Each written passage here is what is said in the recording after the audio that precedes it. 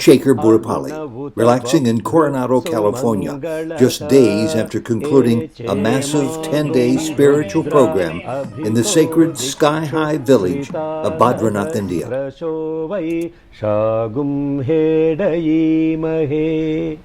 It was Bhagavan Sri Satya Sai Baba who asked for this specific special world peace blessing, the sacred fire ceremony of the Ati Rudra Maha Yagnam, to be held one day high in the Himalayas in the auspicious spiritual region of Badrinath.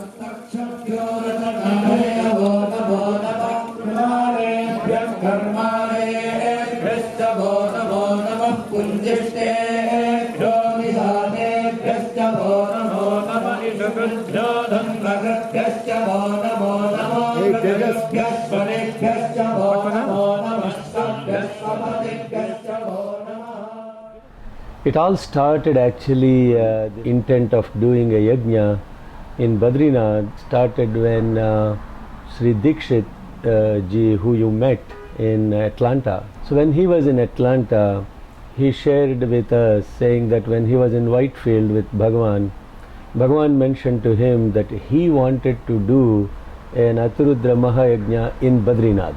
And when he said that, I immediately said, what are we waiting for? And I said, if Bhagavan said it, it should happen. And happen it did. Under the most stressful circumstances, in the midst of torrential rains, road closing rock slides, and great concerns for others. This so-called army, the Ati Rudra Maha Yagnam, celebrated more than 2 miles above sea level, was a sacred fire ceremony for global love and peace, as requested by Sai Baba, in the name of Sai Baba, for Sai Baba.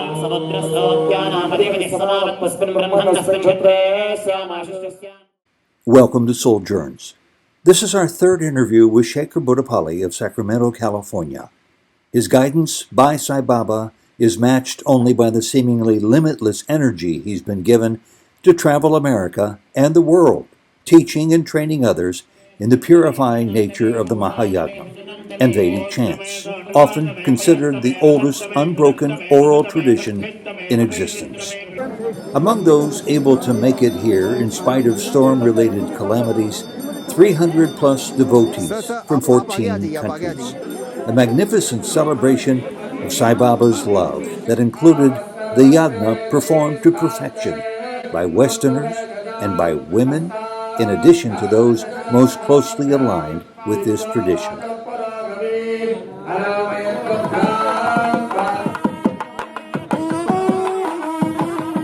And now, sharing some of the joy and total bliss of Badrinath, one of those most instrumental in this Yajna, Sekhar Boddupalli. Sairam to you and Sairam to Jody and everybody here. So happy to be back on the journey, although I have never left it with the soul. And I was just mentioning to Jody that my heart and mind is actually still in 11,000 feet altitude in this beautiful Himalayan center of 5 mountains, the magnanimous mountains of the Himalayas.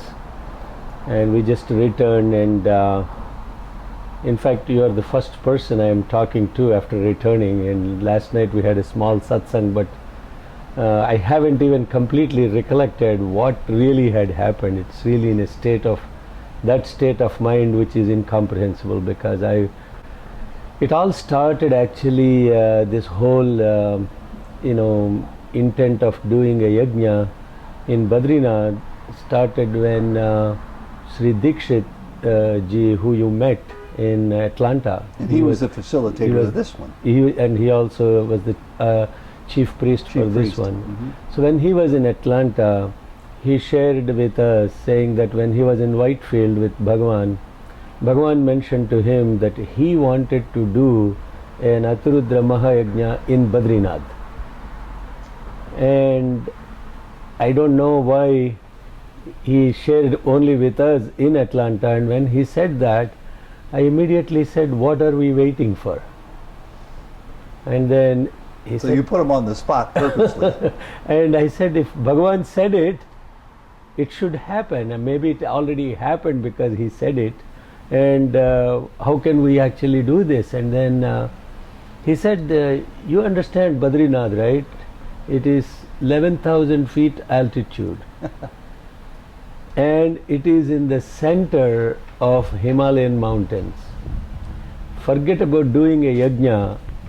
People go there for pilgrimage, and it is actually the nucleus of Sanatana Dharma. That's where all the scriptures associated with so-called Sanatana Dharma originated. And the 18 Puranas, the Mahabharata, Bhagavata, all the Vedic knowledge originated from this place called the Badrikashramam. And he said, that's nobody does a yajna there, and that too at the top of it, Badrinath doing a Ati Rudra Maha Yagnam, which is an ordeal you have seen. Mm-hmm. You require 145 people at least committed to stay through 12 days. And on the top of it, you have to transport everything up, and the roads are very difficult. How are we going to transport all the material for this yajna? And if it rains and there are landslides, even people cannot go up to the mountains. How are we going to transport all the provisions and everything? So I said, that is all paralysis analysis. If Swami said he has to do an Ati Rudra Maha Yagnam in Badrinath, it has to happen. And actually, I'll tell you, this yajna was conducted by Swami himself. Before we move on from that very point, which is extraordinarily important, I want to know what your role was. It sounded like you were serving as the linchpin to bring Swami's message again to Professor Dixit in order to let him know that what are we waiting for? What was your role in addition to that? Well, it is really my role. I told this before to you. Everybody says I am the leader, but I say I am the pleader.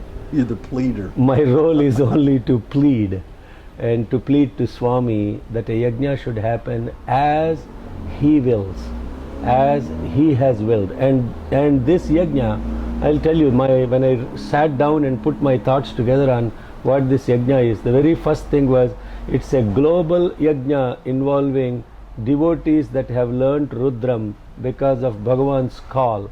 And I put there, the yajna will be conducted in Badrinath, Swami, per your will, involving devotees independent of caste, creed, religion, gender, denomination.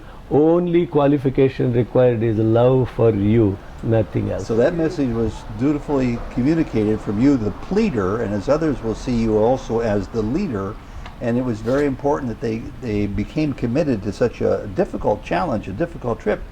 How did these devotees learn the Yagna? I know you have a hand in that around the world, but how did those who came? Previously only priests were doing the Yagna at the Ati Rudram, and you have devotees doing it now. How did they learn this? So devotees, as I know, at least from 20 different countries, are learning and have learned this beautiful hymn called Sri Rudram. And many of them have learnt only one reason, I can tell you. It's love for God's word, nothing else. That's the only thing that motivated them.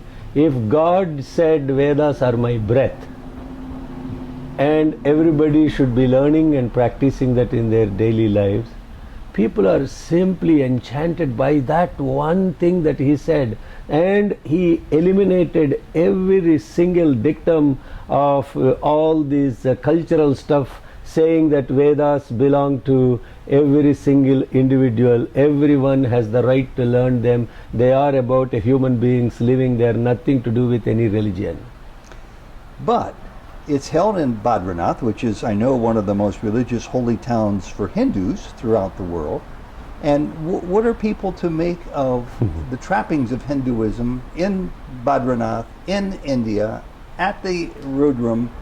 when they're not Hindu, when they're from a different religion or from no religion? What are they to make of this? So there are two aspects to this. One is what did people that came there feel like, and the other thing is people were asking me, aren't you taking a huge risk with this yajna? You're taking all these foreigners and all these people from different colors and women, and this is the nucleus of Hinduism, so-called Badrinath, and here all these Hindus are coming, and actually every year about 300 to 400,000 Hindu pilgrims pass by this town every year.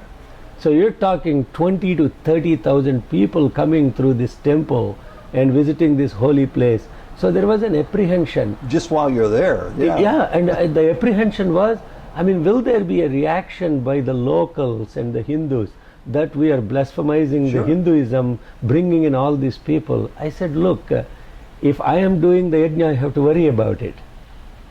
But if God is doing the yajna, who am I to worry about it? I am only the instrument to make it happen. It's nothing to... So He will take care. So it turned out, actually what happened was, seeing all these Russians, the Serbians, the Malaysians, the Japanese, the Chinese, the people from... None of whom were raised in Hindu. None of them have any context of Hinduism. All of them chanting Rudram even without books. The local people were telling me, my God, we never witnessed anything like this in this place in our lifetimes. How did these people even learn how to chant these mantras, which even we cannot chant properly? In fact, my own sister was saying, I am so ashamed because the Russian woman sitting next to me was chanting all these mantras, closing her eyes, and I have to look at the book to chant the mantra. They knew them from heart. How did they learn this? I think it's just Swami.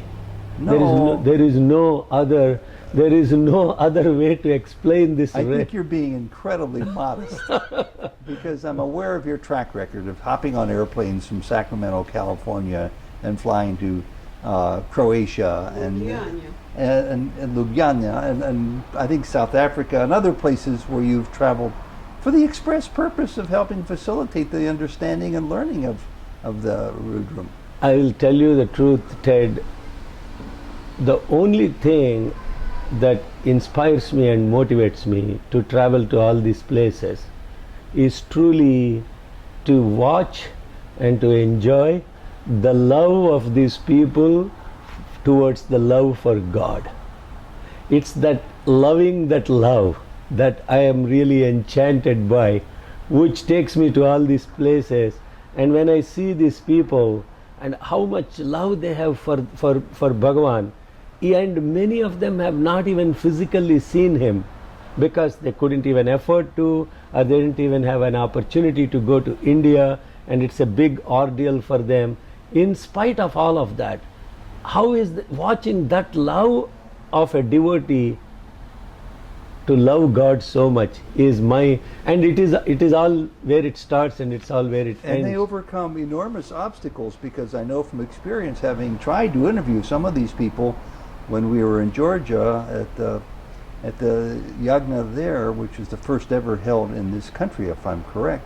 But these people not only didn't know Sanskrit, they didn't know a single language from India, which there are many, they didn't know and speak English, and yet you were able to communicate to them how to do this correctly, because I know the pronunciation, the enunciation is key, is very important to doing this correctly. I think all of that, we transcend all the obstacles of the mind, the intellect and the senses with 4 letters called LOVE for God. There's something I should have asked you at the very beginning, and I may edit it out and put it at the very beginning, a quick thumbnail sketch of what the significance is of the Ati Rudra Maha Yagnam and why it's so important. Yes. See, what is it? So I'll kind of step back and talk about what Vedas are. And Yes. if you look at the word Veda, the root word etymologically, the root syllable for the word Veda is called Vid. Vid actually means awareness, knowledge. So when you are looking at the knowledge or the awareness of the individuals and the cosmos itself. Imagine that. Nobody can actually imagine that.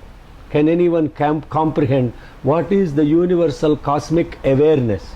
How can you comprehend that? Impossible. Therefore, it is always said the Vedas are incomprehensible. They are not even related to human. They are beyond the scope of humanity and human being, because it is awareness of the whole cosmos. So if you take that awareness of that entire cosmos, and now this rishi or the sage by name Veda Vyasa, his name is Vyasa, and we actually celebrate Guru Purnima extolling his divinity. He was the very first individual or a rishi or a sage or a seer that tried to take this cosmic awareness and try to classify into different parts, and this awareness can be connected through ritual, and that what he called as Rigveda, that awareness can be comprehended through collective study, that awareness can be comprehended through sound, so now you see he took this cosmic awareness and now he tried to classify in his own way 3 or 4 ways, and that's why it became Rigveda, Yajurveda, Samaveda. Samaveda is mainly through sound and through music how you connect to awareness. Rigveda is how through ritual you connect to this awareness. Yajurveda is how to study yourself and study of the collective humanity that you try to connect to this awareness. So they're not really scriptures. They're really about an attempt to connect to cosmic awareness. Right now might be an opportune moment for those who have never heard, and maybe they haven't seen the previous interviews, just to hear what that sounds like. So if you would, the sounds themselves are redemptive, I understand. They're the essence of the cosmos, which means they're the essence of ourself. And as we all aspire to find our true self, our highest self. These are stepping stones, I would imagine somebody might say. Yes? Aside from the meaning, the sounds. Just say that again, Jody, because I did. I think it's important to emphasize for those of us who are not as familiar as you with the Rudram or the Vedas, that the sounds themselves affect us and the universe. We don't even need to know the content or the meaning of those words. Absolutely. I think that is so. What Jody said is spot on, which is just by connecting to the sound, again, you are connecting to an awareness. You may not be even knowing what awareness you are connecting to, when it is that the sound of the Vedas itself keeps the wavering mind. The sound becomes the magnet to still the mind. So there are 2 parts associated with our self beyond the senses, the mind and the intellect. These 2 are the ones that are actually superseding or ruling over our senses. If the mind is still, the senses are still, and if the intellect is still, everything is still. And therefore Jesus the Christ said, "Be still and know me." So what has to be stilled is this thought. How do you still the thought, the wavering thought? And in order to still the thought, the most important tool for stilling the thought is the sound. And therefore Om, or the primordial sound, became the fundamental source of creation, because from that sound came everything, and in the silence of that sound everything can be heard. So this is a good place for those uninitiated to hear a sample of what we're talking about here. Would you be so kind as to, I know I'm putting you on the spot a little bit, to chant a section just for us so we could hear it? So if you are talking about Rudram specifically, Rudram is actually not a chant. Rudram is an awareness in which we are already present. But it has a sound that goes with it. And so what do you call the sound that's projected from and that? The sounds that of the Rudram that are the chants associated with the Rudram when you connect to them, what you are actually connecting to is that awareness around you. So, for example, everything in this cosmos is described in this Rudram, and the Rudram, the very first part of the Rudram is, there are 11 chapters in this thing called Namakam, which extols the universality of the cosmic consciousness, and is divided broadly into 3 parts. The first part is purity, second part is divinity, the third part is unity.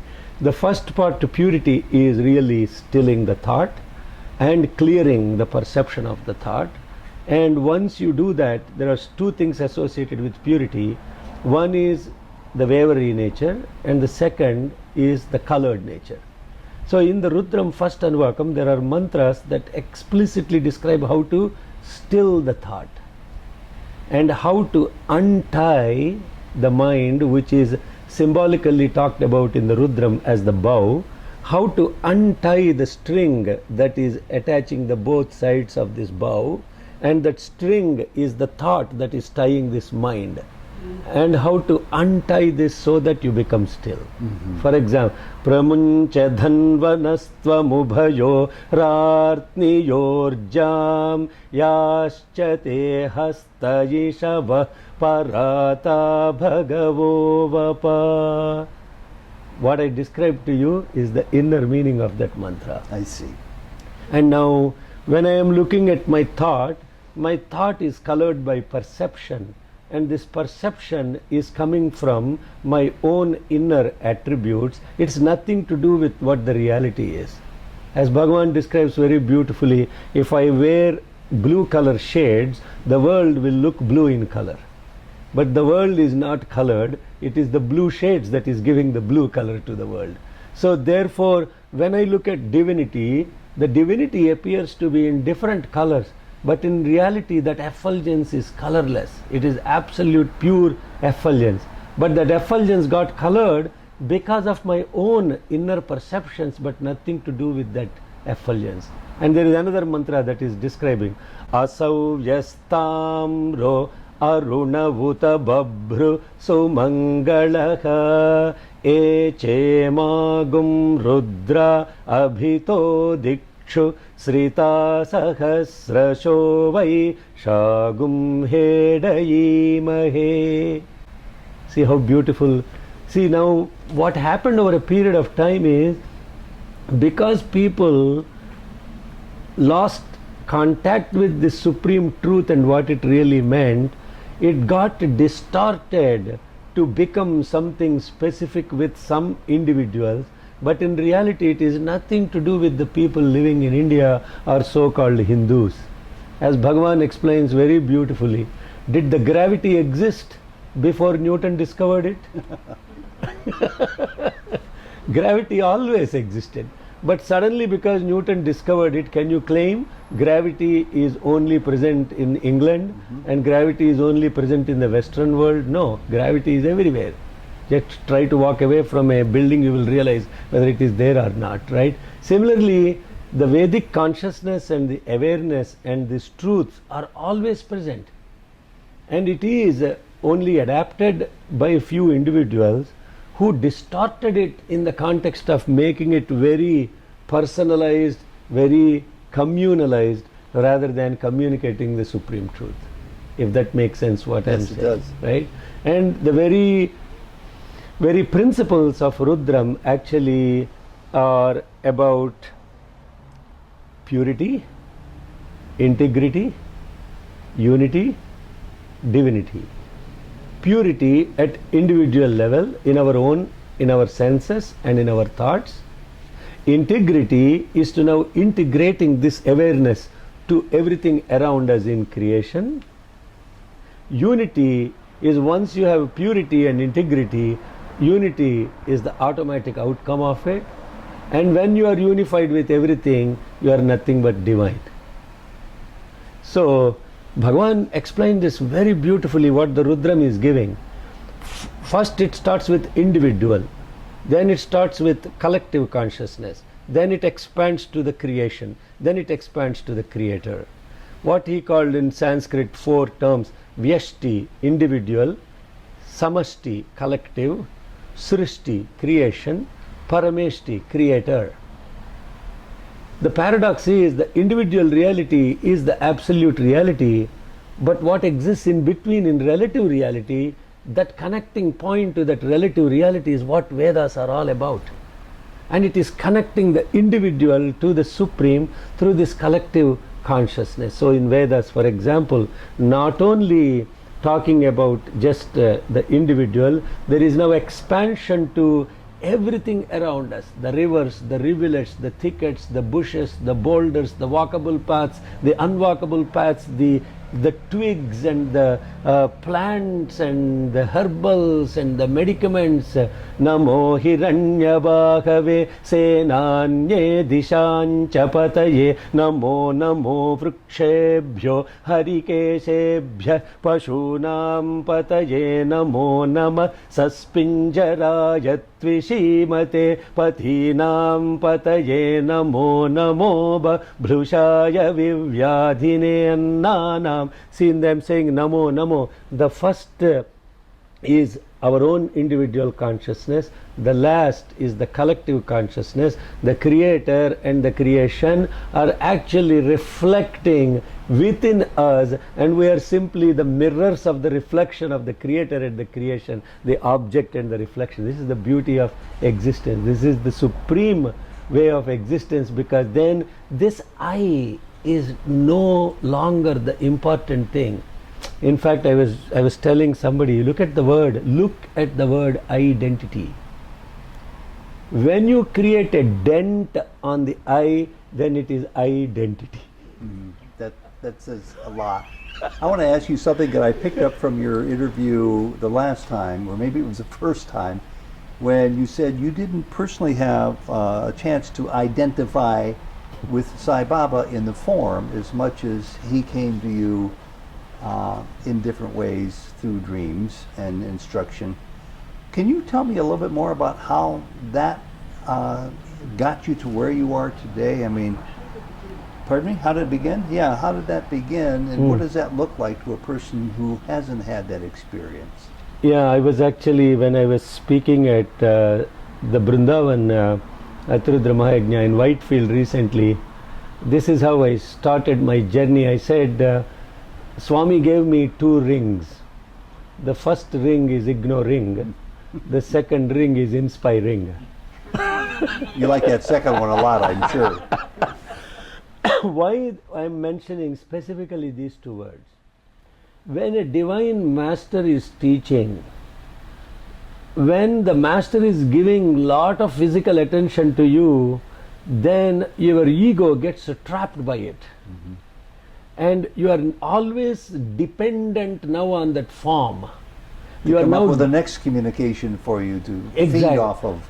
And when you get this beautiful ring called ignoring, you are forced to go inside and depend on him inside, and therefore you are constantly in communication with the guy inside, the indweller, and being dependent on the inside is what is the root origin of the word independent. Mm-hmm.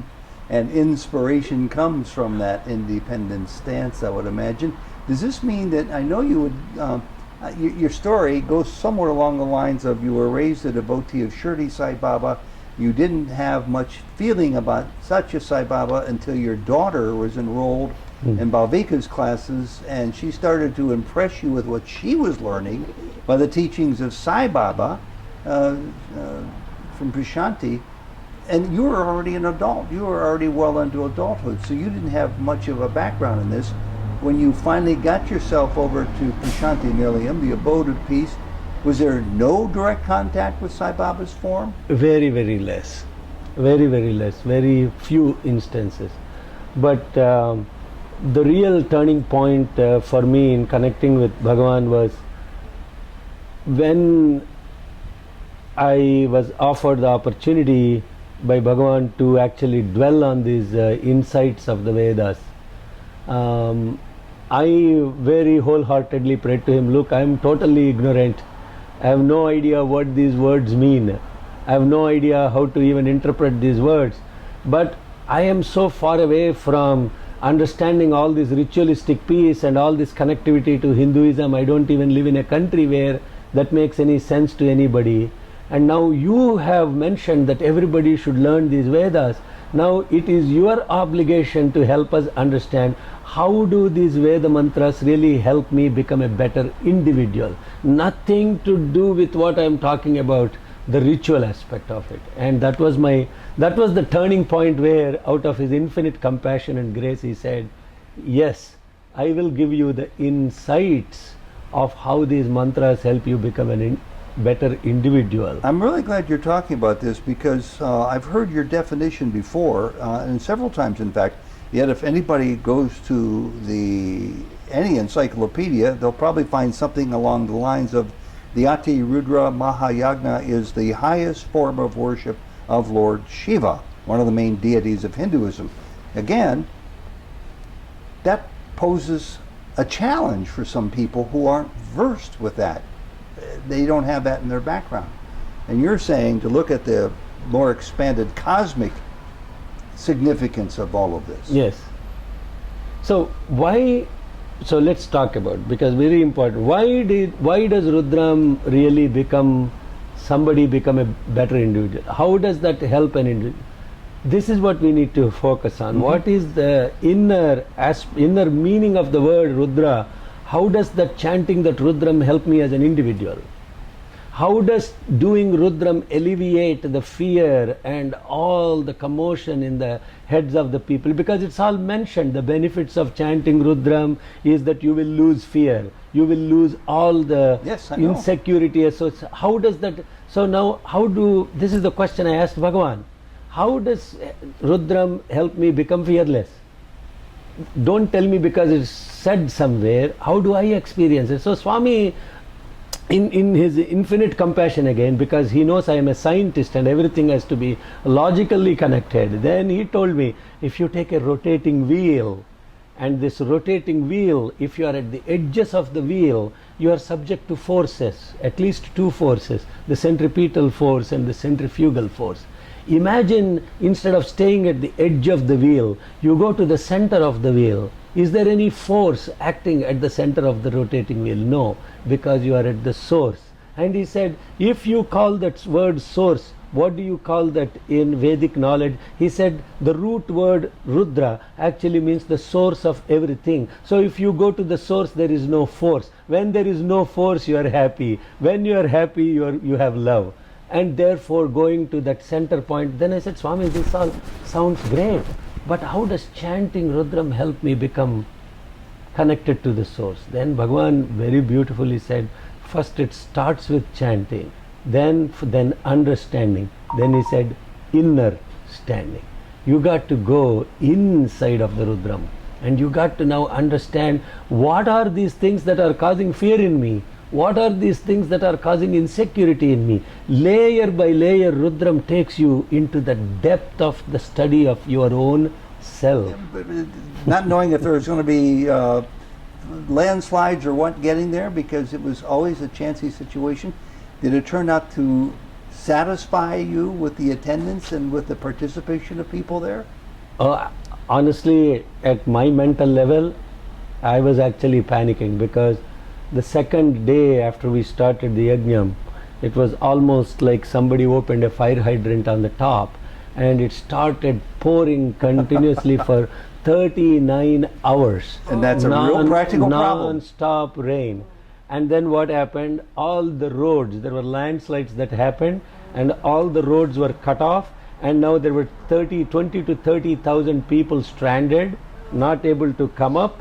And it was just these 500 people at 11,000 feet who were there. And here, all the people down below were worried, what's happening up there? Are these guys safe? And everybody is getting phone calls and text messages. We had no internet, and only we had to focus on the internet. And we were really cut off from communication. And when we were cut off from communication, I was, honestly, only thing I was doing is praying to Swami. And in fact, I asked one of the days in the Yagna, what to do, Swami? I asked the people, how many of you are really worried whether we would go back or not?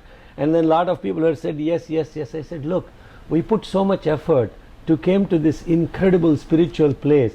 where people actually come to leave their bodies and to merge in the divine. Having come up here, and if we were all here to merge in Swami, wouldn't that be a wonderful thing to happen? Of course, I was saying that, but Bhagavan really, I'm telling you, this is the greatest miracle I have seen in my lifetime. Is as if, we heard that when he was Krishna, he lifted a mountain and had all the people come under this mountain and take cover under this mountain, and for 7 days this Krishna lifted this mountain, and the only way he fed the people underneath this mountain was just looking each and every individual, and they got food, water and sustenance just by looking at Krishna. And of course we were fed all the 7 days, but I can tell you, I was worried because how are the provisions going to come up? Sure. And we were running out of gas to cook on the top of the mountain. So what happened? Nothing happened. We were very happy. There was not a single drop of rain entered the Yajna. Oh. Not a single drop of rain in the cooking areas. Nothing happened, and we were sumptuously fed, and everybody was totally blissed out. And did some of the people who were caught below eventually get there? No, they all returned because the temple authorities announced they closed all the four pilgrimage centers. So everybody was forced to return, and in doing so, what Swami did was exclusive access to the temple for these 300, 400 people on the hills. We could go to the temple whenever we want. We could chant there, we could sing there, we could play with Krishna, we could do lot of stuff. It was complete freedom. No people were coming up. And he just created an environment where, imagine if you got exclusive access to Bhagavan and nobody is disturbing you for 11 days, how would it be? Mm-hmm. And that's what he did. I was actually mentioning to my dear Sai Santosh here last night when we were driving back, and I was, what really is inspiring to me is honestly not even God. Not God, not his miracles, not all the stuff that we are expecting from him. There is no I never had expectation that he would give any rings or do wedding of my daughter and do these favors, give me interviews and all that stuff. How much more we want from him? So I don't want anything from God.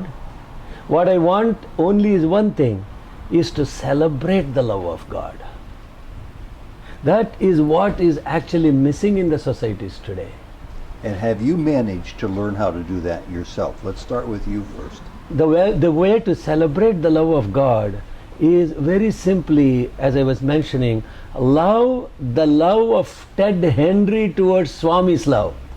Love Jodi's love for Swami. Love the love of every single devotee, not only Swami. Love the love of a Christian that adores Jesus the Christ for the sacrifice he did for the entire humanity that no individual ever did for the humanity. And that sounds very similar to what I've heard said by other great sages and teachers. It was Amma Sri Krunamaya, in my awareness, who first said, love the love. Just love the love. And I thought, well, what does that mean? But you're just now describing it. Yeah, just to say it is one thing, but really love the love is, I can't love the love of Bhagavan Sai Baba because his love is so infinite and incomprehensible, and I can't, but the love that I have for Swami is much more finite than what his love is for the creation. So love the love of the creation towards the Creator, without any barrier of whatever name they sing, whatever form they worship. You should be able to just love that love. And is that rubbing off on Hima, your beautiful wife, and your children, and your friends and people you come into contact with? Are you getting that message out to people? Because it's a very important one. And I'm getting it out to you now, because through you it is going to expand to everybody. And what it is, I really hope and feel that we, what we call as collectively as Sai devotees, rather than getting carried away by the form of the Bhagavan, whether it is gross or subtle, it doesn't really matter.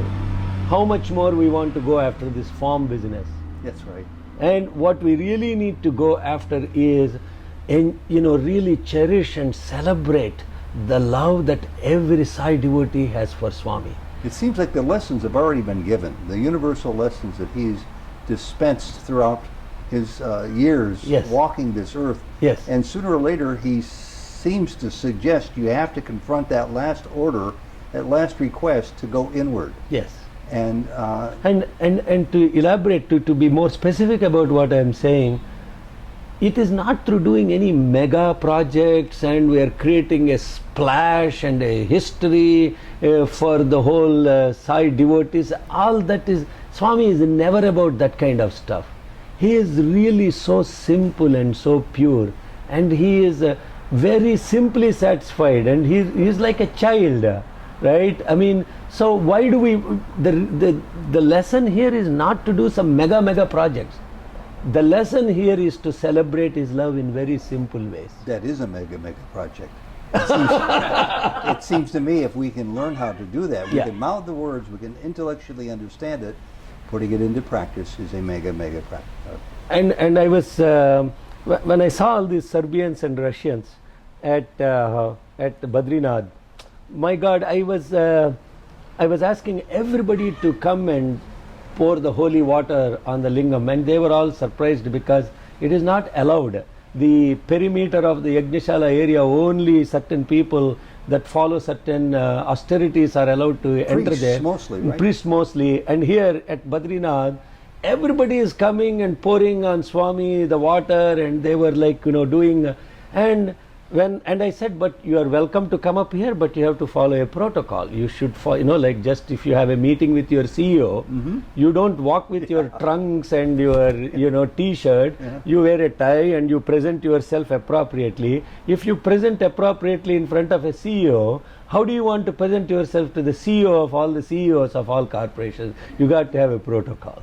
So follow that protocol. So I said all the ladies should wear saris, or at least try to wear this thing, and then only come up. And then I saw these ladies that were sitting, and it just suddenly struck for me, oh my God, I announced it like this, but these ladies don't even have saris, they don't even wear saris. So I went inside and I got some saris and gave it to them.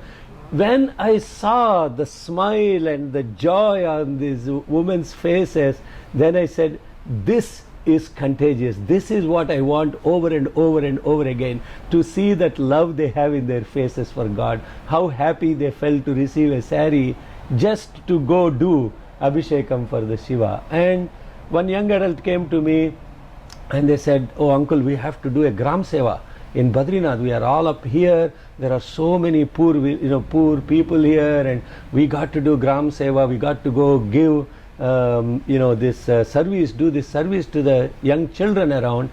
And I was thinking, on one part of me, the mind is thinking, what service they are talking about? And I asked, so what do you want to give for service? They said 15 kilos of wheat flour and rice and refined oil, all this stuff. And the only thought my monkey mind was running was, how are we going to bring all these provisions up? Because we are running out of provisions to feed ourselves.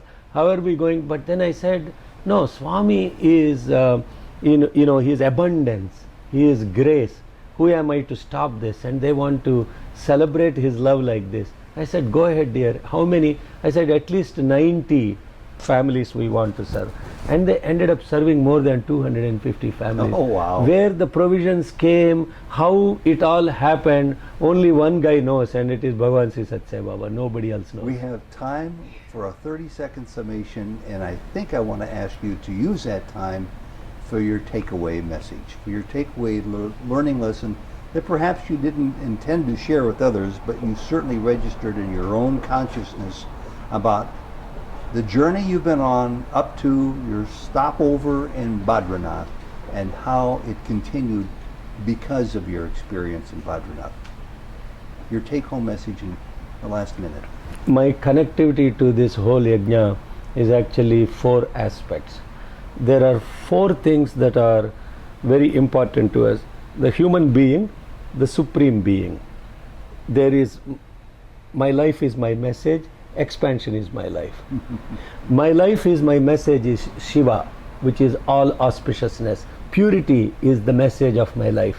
Purity in thought, word and deed. That is Shiva for me, not anything else. Once I connect to that message of purity, then expansion is my life. I can't keep that inside. I have to expand it. I have to expand it all around me. And that expansion consciousness is what is called Vishnu. So when we actually connect to the being, which is the being, then the becoming is to become the supreme in expansion. That is what is called the Nara, the human being, and the Narayana is the supreme being, and my life is my message, expansion is my life. And let us celebrate the love of God with every name and every form, without any inhibition. Just enjoy and be joy, Jesus first, others next, last you. As they say where I come from, Sekhar, amen to that. Thank you Jai very, Sai very much. Jai Sai Ram.